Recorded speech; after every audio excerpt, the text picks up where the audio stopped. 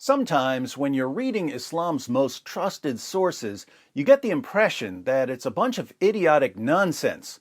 Like when you read that stars are missiles that Allah uses to shoot demons, or that the sun sets in a muddy pool, or that Satan hides in your nose, or that most of the punishment of the grave is for urinating improperly. Other times, you get the impression that Islam is just a system that Muhammad came up with to satisfy his sexual urges, like when he received a revelation telling him to have sex with a prepubescent girl, or when he received a revelation telling him to have sex with his slave girls, or when he received a revelation telling him that even though all other Muslims were limited to 4 wives, he could have as many as he wanted.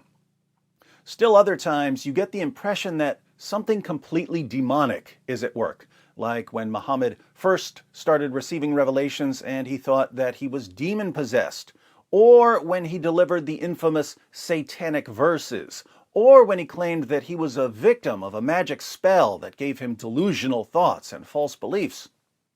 When we read moronic stories about Muhammad telling his followers to drink camel urine, or perverted revelations commanding Muhammad to take the wife of his own adopted son, Islam sounds like it came from the mind of an illiterate, superstitious, morally depraved man. But when we read about how Muhammad received his revelations, and it sounds like something out of an exorcist film, we wonder if there's something darker at work. The demonic nature of Islam becomes especially clear when we think about Islam's response to the gospel. The gospel is a message about how God gives the righteousness of Christ to people who don't deserve it. We aren't good enough to spend eternity with a perfect being, and there's nothing we can do to make us good enough to spend eternity with a perfect being. So if we're going to spend eternity with a perfect being, we need a righteousness that comes from someone other than ourselves. The Greek word for gospel means good news. The good news is that God gives the righteousness of Christ to people who did absolutely nothing to earn it. The three key elements of the gospel are Jesus' death for sins, his resurrection from the dead, and his divine nature. Jesus and his apostles warned us that false teachers and false prophets would come and that they would lead people away from the gospel. More than 5 centuries later, Muhammad comes along and says, "Hey Christians, I'm on your side. I believe in Jesus too. You believe Jesus was born of a virgin? So do I. You believe he was sinless? So do I. You believe he lived the most miraculous life in history? So do I. You believe he's the Messiah? So do I. You believe he's going to return and judge the world?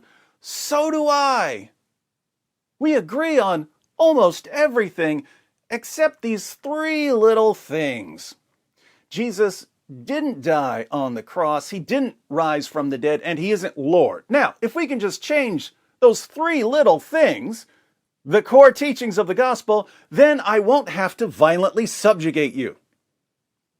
It's a little demonically perfect, isn't it? A little too demonically perfect. How about this? In Sahih Muslim 69:22, Muhammad says that Allah wants people to sin.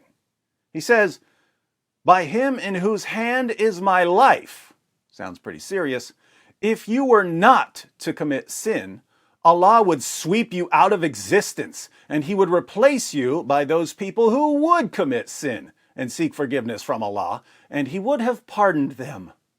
So if you don't sin, Allah will destroy you, because he can't forgive you if you don't sin. Notice 2 things here. One, if human beings hadn't sinned, Allah would have destroyed us for not sinning. But according to Islam, why did human beings end up sinning? Because Satan tempted us. If we hadn't sinned, Allah would have destroyed us, but we did sin, thanks to Satan. So Satan saved humanity by tempting us to sin. Who's the real savior in Islam? Satan. 2, if Allah wants us to sin, and he's so enraged when we don't sin that he'll destroy us, who is Allah's ultimate enemy? Someone who refuses to sin. Who's that, according to Islam? Not Muhammad. Muhammad sinned like everyone else. Everyone except Jesus.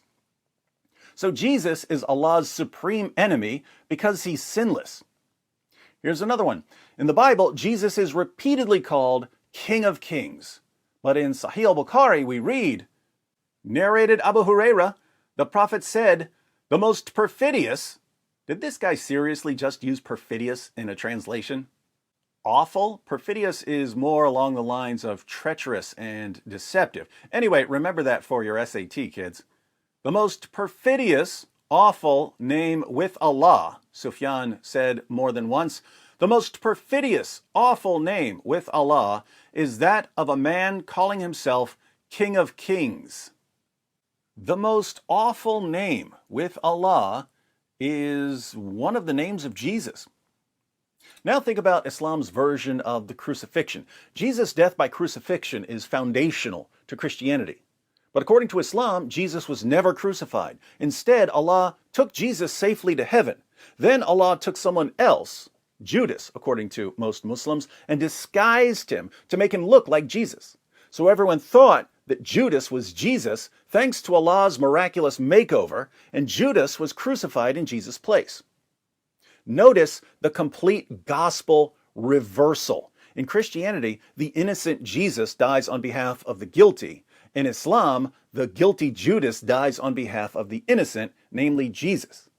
Islam completely reverses the gospel. It replaces the message of a sinless man willingly accepting the punishment that we, the guilty, deserve, with a message of a guilty man unwillingly being disguised by Allah and executed in the place of the innocent. According to Islam, the crucifixion of Jesus was a massive deception, but it wasn't a deception by Jews or Christians or Romans, it was a deception by Allah. So Allah is admitting in all of this that he's a deceiver who starts false religions and leads billions of people astray. Are you starting to see how utterly demonic this is?